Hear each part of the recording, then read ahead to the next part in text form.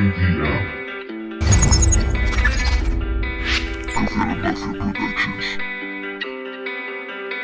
Hey, yo, Lynch, make a splash.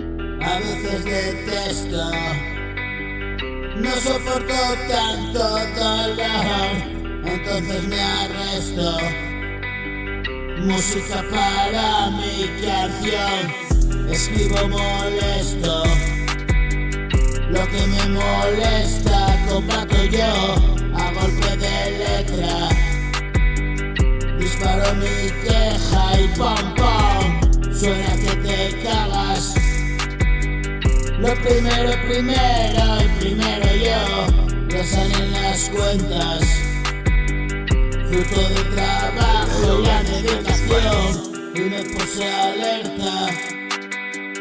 Hay que estar despierto para la ocasión, estoy a las puertas de un cambio radical de estado. Ya no voy a tientas, esta vez lo veo tan claro.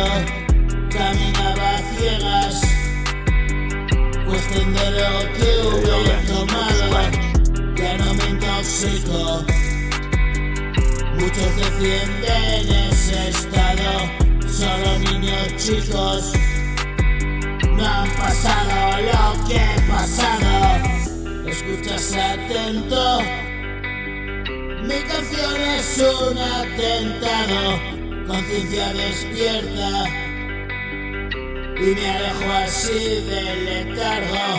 Moría y dormía, sobredosis y descampado, una aguja fría le mostró el camino al otro lado. No me lo sabía hasta donde hubo llegado, sin duda su vida se precipitó hacia el lado malo. Querido Dios del cielo, dame fuerzas para continuar. Tú que a las causas perdidas das otra oportunidad.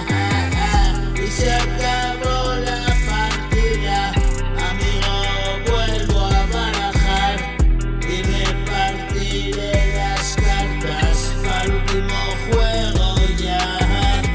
Es muy duro vivir a la sombra de la realidad. Ahora me ven partir y veo ojos de envidia nada más. Hermano, yo no decidí, la vida es lo que es nomás.